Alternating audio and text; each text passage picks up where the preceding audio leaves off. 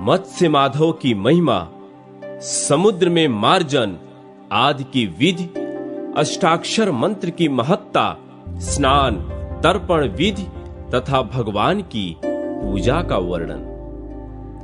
ब्रह्मा जी कहते हैं, श्वेत माधव का दर्शन करके उनके समीप ही मत्स्य माधव का दर्शन करें, जो भगवान पहले एकारणों के जल में मत्स्य रूप धारण करके वेदों का उद्धार करने के लिए रसातल में स्थित थे। वे ही मत्स्य माधव कहलाते हैं। वे भगवान के आदि अवतार हैं। पहले पृथ्वी का चिंतन करके उस पर प्रतिष्ठित हुए भगवान को प्रणाम करें। ऐसा करने से मनुष्य सब दुखों से मुक्त हो जाता है और उस वैकुंठ धाम में जाता है जहां साक्षात भगवान श्री हरि विराजमान रहते हैं। मुनिवरों, इस प्रकार मैंने मत्स्य माधव के महात्म का वर्णन किया। मुनियों ने कहा, भगवान, समुद्र में जो मार्जन और स्नान दान आदि किया जाता है उसका फल बतलाइए। ब्रह्मा जी बोले, मुनिवरों, मार्जन की विधि सुनो। मार्कंडेय हृत का स्नान पूर्वान्ह काल में उत्तम माना गया है। विशेषतः चतुर्दशी को उसमें किया हुआ स्नान सब पापों का नाश करने वाला है। समुद्र का स्नान सब समय उत्तम होता है। विशेषतः पूर्णिमा को उसमें स्नान करने से अश्वमेध यज्ञ का फल मिलता है। मार्कंडेय हृत, अक्षय वट, श्री कृष्ण, बलराम, समुद्र तथा इंद्रद्युम्न ये पुरुषोत्तम क्षेत्र के 5 तीर्थ हैं। जब ज्येष्ठ मास की पूर्णिमा को ज्येष्ठा नक्षत्र हो तब विशेष रूप से तीर्थराज समुद्र की यात्रा करनी चाहिए। उस समय मन, वाणी और शरीर से शुद्ध हो, भगवान में मन लगाए रहें और कहीं मन को न ले जाए। सब प्रकार के द्वंद्वों से मुक्त रहे, राग और द्वेष को दूर कर दें। कल्प वृक्ष वट बहुत रमणीय स्थान है। वहां स्नान करके एकाग्र चित्त से 3 बार भगवान जनार्दन की परिक्रमा करें। उनके दर्शन से 7 जन्मों के पापों से छुटकारा मिल जाता है। प्रचुर पुण्य तथा अभीष्ट गति की प्राप्ति होती है। प्रत्येक युग के अनुसार वट के नाम और प्रमाण बतलाए जाते हैं। वट, वटेश्वर, कृष्ण तथा पुराण पुरुष ये सत्य आदि युगों में क्रमशः वट के नाम कहे गए हैं। सत्य युग में वट का विस्तार 1 योजन, त्रेता में 1 योजन, द्वापर में ½ योजन और कलयुग में 1/4 योजन का माना गया है। पहले बताए हुए मंत्र से वट को नमस्कार करके वहां 300 धनुष की दूरी पर दक्षिण दिशा की ओर जाए। वहां भगवान विष्णु का दर्शन होता है। उसे मनोरम स्वर्ग द्वार कहते हैं। वहां समुद्र के जल से आकृष्ट सर्वगुण संपन्न काष्ठ है। उसे प्रणाम करके पूजन करने पर मनुष्य संपूर्ण रोगों तथा पाप ग्रह आदि की पीड़ा से मुक्त हो जाता है। स्वर्ग द्वार से समुद्र पर जाकर आचमन करें तथा पवित्र भाव से भगवान नारायण का ध्यान करके उनके अष्टाक्षर मंत्र से अंगन्यास और करन्यास करें। मन को भुलावे में डालने वाले अन्य बहुत से मंत्रों की क्या आवश्यकता है। ओम नमो नारायणाय, यह अष्टाक्षर मंत्र ही सब मनोरथों को सिद्ध करने वाला है। नर से प्रकट होने के कारण जल को नार कहते हैं। वह पूर्व काल में भगवान विष्णु का अयन रहा है, इसलिए उन्हें नारायण कहते हैं। समस्त वेदों का तात्पर्य भगवान नारायण में ही है। संपूर्ण द्विज नारायण की ही उपासना में तत्पर रहते हैं। यज्ञों और क्रियाओं की समाप्ति भी नारायण में ही है। पृथ्वी का नारायण परक, जल नारायण परक है, अग्नि नारायण परक है और आकाश भी नारायण परक है। वायु और मन के आश्रय भी नारायण ही है। अहंकार और बुद्धि दोनों नारायण स्वरूप हैं। भूत, वर्तमान तथा आने वाले सभी जीव, स्थूल और सूक्ष्म सब कुछ नारायण स्वरूप हैं। शब्द आदि विषय, श्रवण आदि इंद्रियां, प्रकृति और पुरुष सभी नारायण स्वरूप हैं। जल, स्थल, पाताल, स्वर्गलोक, आकाश तथा पर्वत, इन सबको व्याप्त करके भगवान नारायण स्थित हैं। अधिक कहने की क्या आवश्यकता है। ब्रह्मा आदि से लेकर तृण पर्यंत समस्त चराचर जगत नारायण स्वरूप है। ब्राह्मणों, मैं नारायण से बढ़कर यहाँ कुछ नहीं देखता। यह दृश्य, अदृश्य, चर, अचर सब उन्हीं के द्वारा व्याप्त हैं। जल भगवान विष्णु का घर है और विष्णु ही जल के स्वामी हैं। अतः जल में सर्वदा पापहारी नारायण का निवास रहता है। उसी में उनका स्मरण करना चाहिए। विशेषतः स्नान के समय जल में उपस्थित हो पवित्र भाव से नारायण का ध्यान करे और हाथ तथा शरीर में नामाक्षरों का न्यास करें। ओंकार और नकार का दोनों हाथों के अंगूठे में तथा शेष अक्षरों का तर्जनी आदि के क्रम से करतल और कर पृष्ठों तक न्यास करें। ओमकार का बाएं और नकार का दाएं चरण में न्यास करें। कट के बाएं भाग में मो का और दाएं भाग में ना का न्यास करें। रा का नाभि देश में, य का बाईं भुजा में, ड़ा का दाहिनी भुजा में और य का मस्तक पर न्यास करें। नीचे ऊपर हृदय में, पार्श्व भाग में, पीठ की ओर तथा अग्रभाग में श्री नारायण का ध्यान करके विद्वान पुरुष कवच का पाठ आरंभ करें।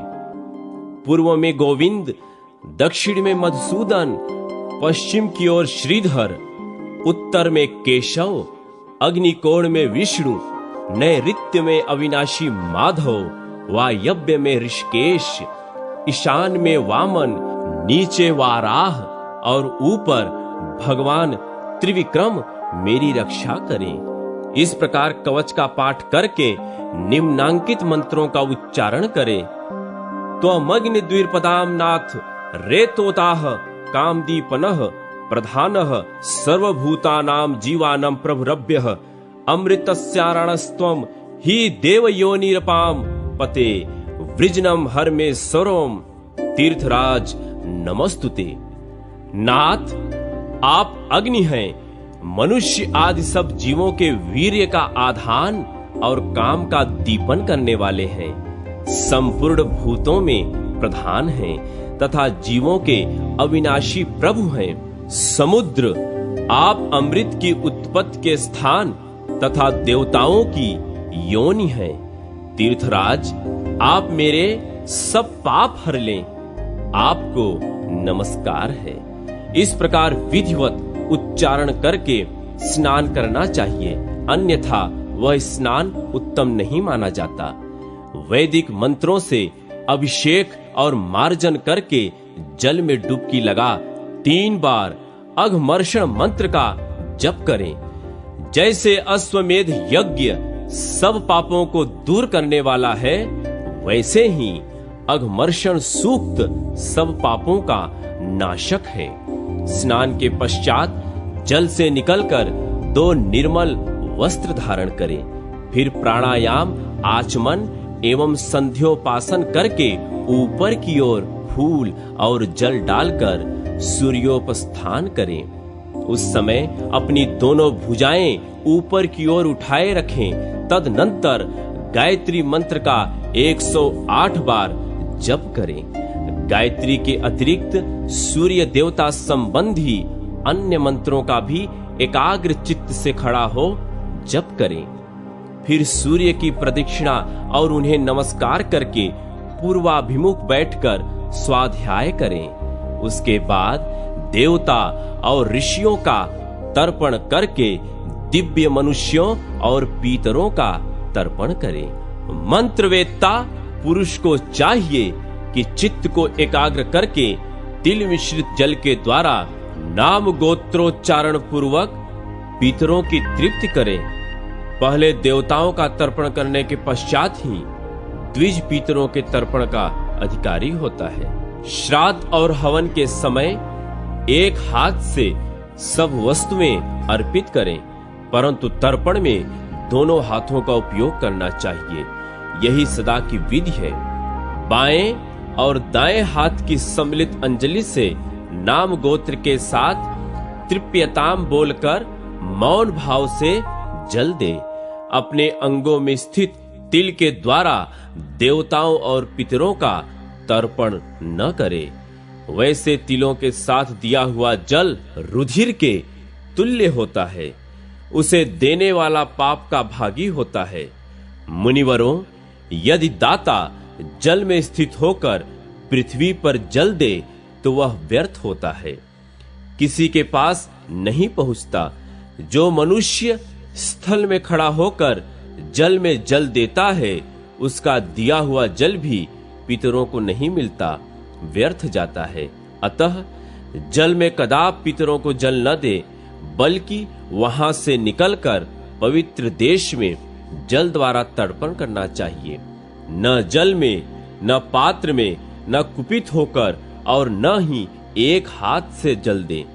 जो पृथ्वी पर नहीं दिया जाता वह जल पितरों तक नहीं पहुंचता। मैंने पितरों के लिए अक्षय स्थान के रूप में पृथ्वी ही दी है। अतः उनकी प्रीत चाहने वाले पुरुषों को पृथ्वी पर ही जल देना चाहिए। पितर भूमि पर ही उत्पन्न हुए, भूमि पर ही रहे और भूमि में ही उनके शरीर का लय हुआ। अतः भूमि पर ही उनके लिए जल देना चाहिए। अग्रभाग सहित कुशों को बिछाकर उस पर मंत्रों द्वारा देवताओं और पितरों का आवाहन करना चाहिए। पूर्वाग्र कुशों पर देवताओं का और दक्षिणाग्र कुशों पर पितरों का आवाहन करना उचित है। देवताओं और अन्यान्य पितरों का तर्पण करने के पश्चात मौन भाव से आचमन करके समुद्र के तट पर एक हाथ का चौकोर मंडल बनाएं, उसमें 4 दरवाजे रहें। उसके भीतर कर्णिका सहित अष्टदल कमल की आकृति बनाएं। इस प्रकार मंडल बनाकर उसमें अष्टाक्षर मंत्र की विधि से अजन्मा भगवान नारायण का पूजन करें। अब शरीर शुद्ध की उत्तम विधि बतलाता हूँ। चक्र रेखा सहित आकार का हृदय में ध्यान करें। वह 3 शिखाओं सहित प्रज्वलित हो पापों का दाह करता है और सब पापों का नाश करने वाला है। ऐसी भावना करने के बाद मस्तक में रा का चिंतन करना चाहिए। वह चंद्रमंडल के मध्य भाग में स्थित और शुक्ल वर्ण का है तथा अमृत की वर्षा करके पृथ्वी को आप्लावित कर रहा है। इस प्रकार चिंतन करने से पाप धुल जाते और साधक का शरीर दिव्य हो जाता है। तदनंतर अपने बाएं पैर से आरंभ करके क्रमशः सब अंगों में अष्टाक्षर मंत्र का न्यास करें।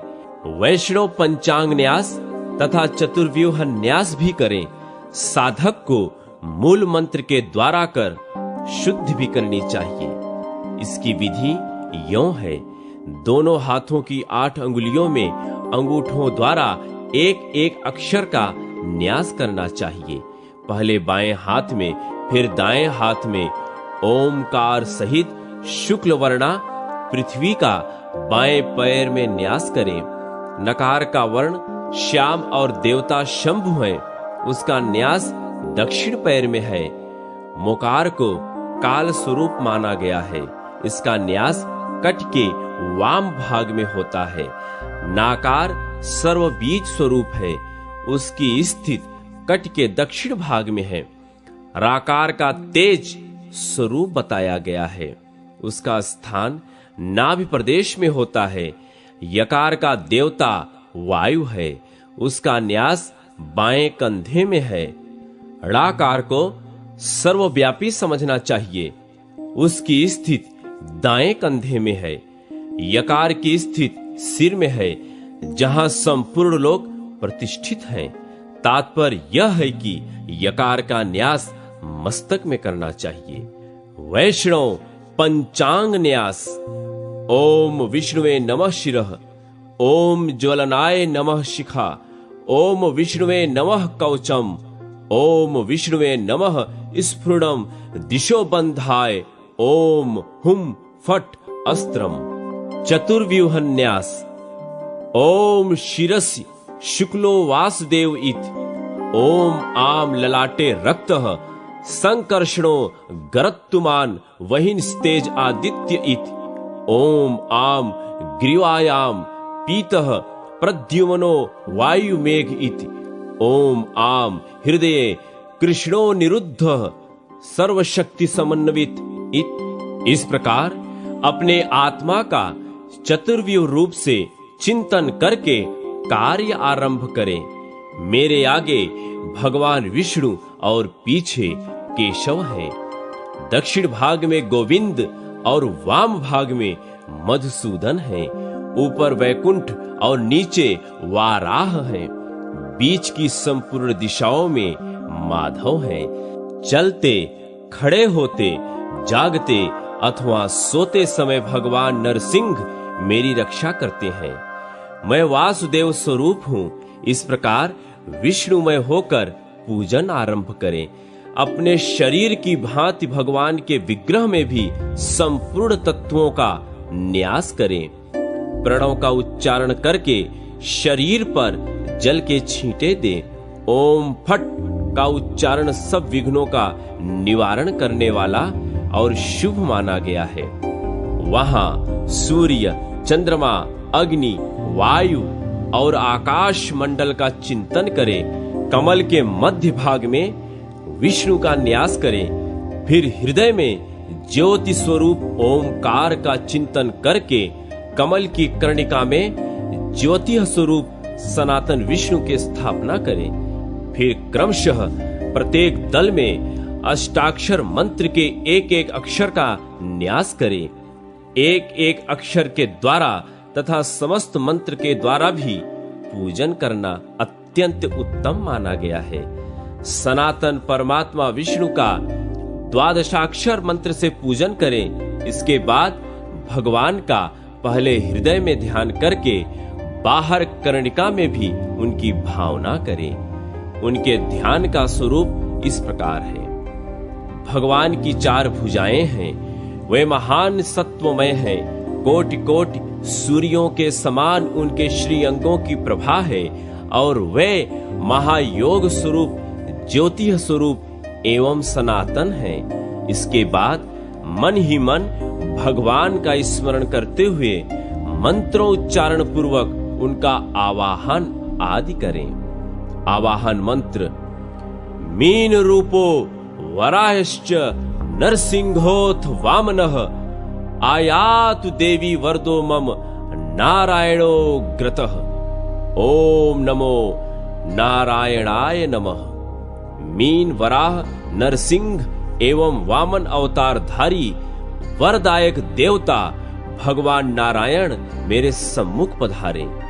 सच्चिदानंद स्वरूप श्री नारायण को नमस्कार है। आसन मंत्र। कर्णिकायाम सुपीठेत्र पद्म कल्पित मासनम, सर्वसत्व हितार्थाय तिष्ठ त्वम मधुसूदन। ओम नमो नारायणाय नमः। यहाँ कमल की कर्णिका में सुंदर पीठ पर कमल का आसन बिछा हुआ है। मधुसूदन, सब प्राणियों का हित करने के लिए आप इस पर विराजमान हो। सच्चिदानंद स्वरूप श्री नारायण को नमस्कार है। अर्घ्य मंत्र। ओम त्रैलोक्य पतिनाम पतये देव देवाय ऋषिकेशाय विष्णुवे नमः। ओम नमो नारायणाय नमः।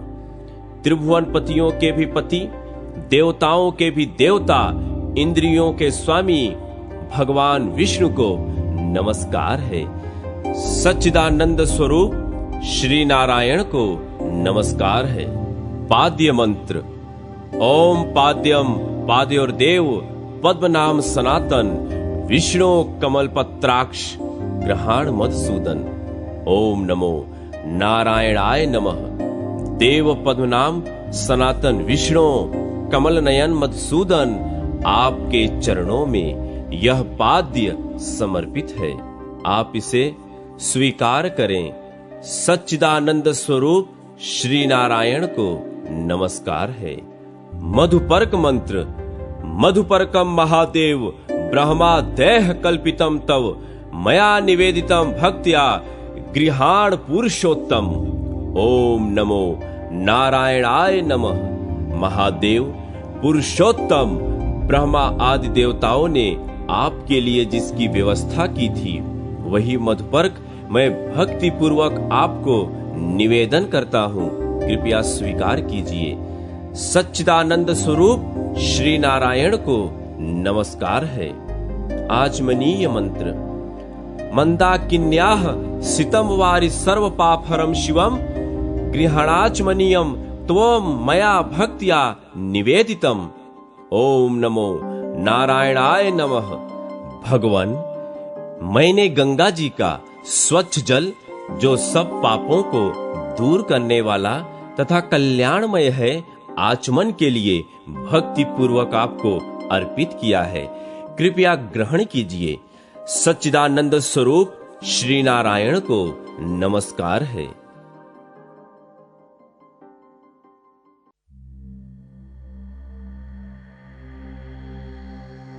स्नान मंत्र।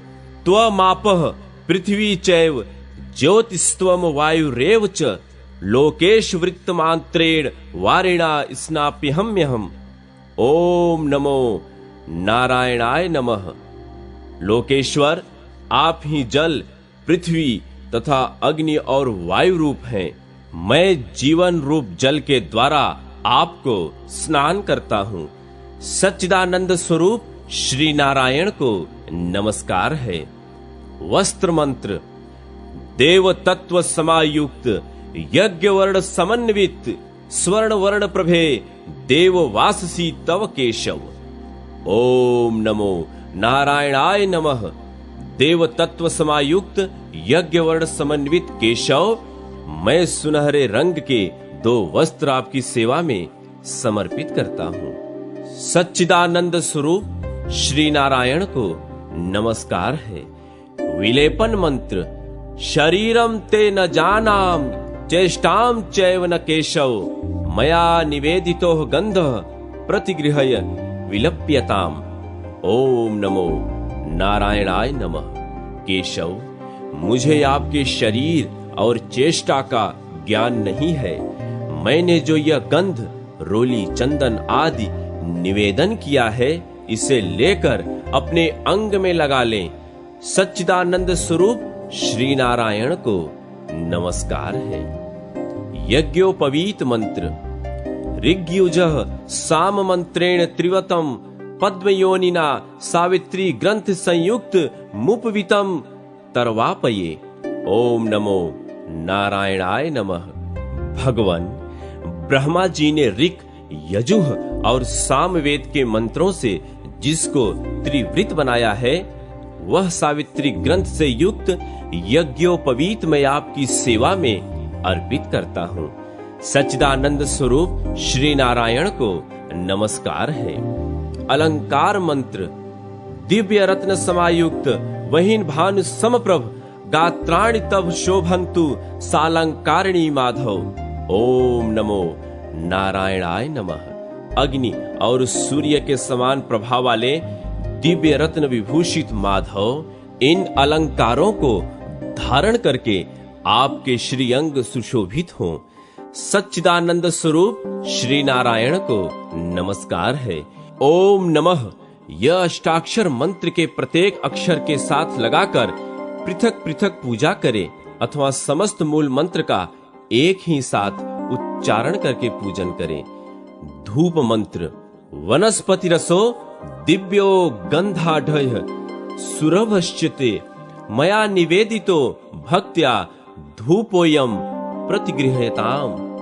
ओम नमो नारायणाय नमः। भगवान, यह धूप सुगंध द्रव्यों से मिश्रित वनस्पति का दिव्य रस है, अतएव अत्यंत सुगंधित है। मैंने भक्ति पूर्वक इसे आपकी सेवा में अर्पित किया है, आप इसे स्वीकार करें। सच्चिदानंद स्वरूप श्री नारायण को नमस्कार है। दीप मंत्र। सूर्य चंद्रमसो ज्योतिर्विद्युत गण्योस्तथैव च त्वमेव ज्योतिषाम देव दीपोयम प्रतिगृह्यताम। ओम नमो नारायणाय नमः। देव, आप ही सूर्य और चंद्रमा की, बिजली और अग्नि की तथा ग्रहों और नक्षत्रों की ज्योति हैं। यह दीप ग्रहण कीजिए। सच्चिदानंद स्वरूप श्री नारायण को नमस्कार है। नैवेद्य मंत्र। अन्नम चतुर्विधम चैव रसैः षडभि समन्वितम मया निवेदितम भक्त्या नैवेद्यम तव केशव।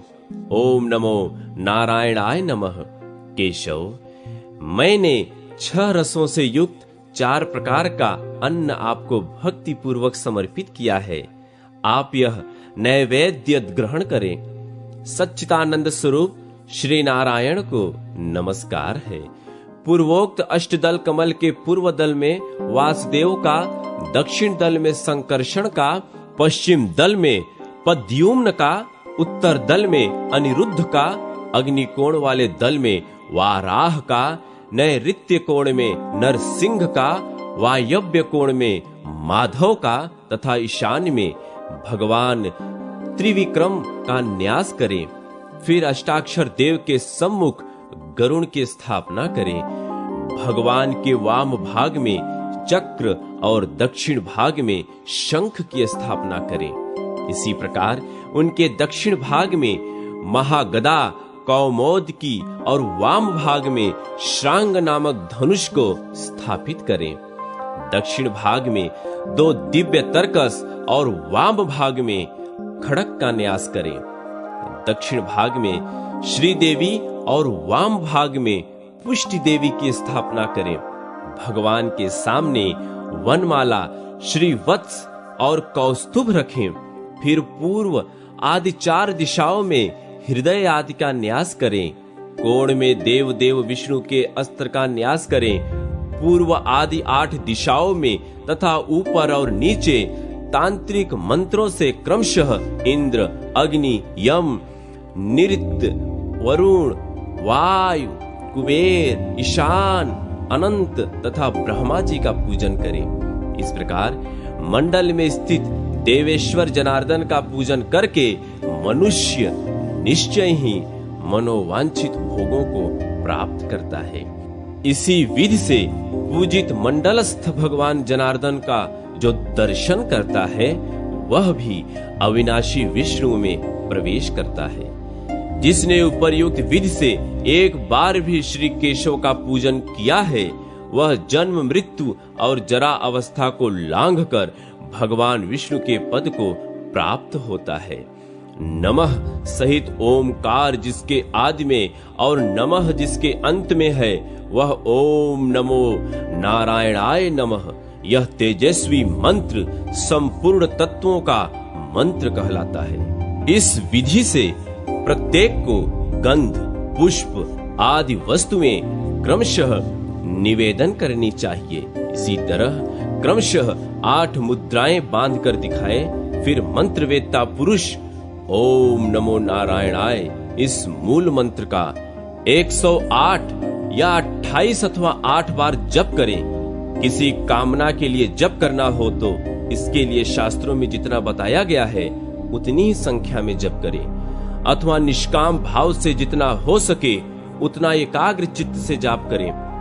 पद्म, शंख, श्रीवत्स, गदा, गरुण, चक्र, खड्ग और श्रांग धनुष ये 8 मुद्राएं बतलाई गई हैं। जो लोग शास्त्रोक्त मंत्रों द्वारा श्री हरि की पूजा का विधान न जानते हो वे ओम नमो नारायणाय इस मूल मंत्र से ही सदा भगवान अच्युत का पूजन करें।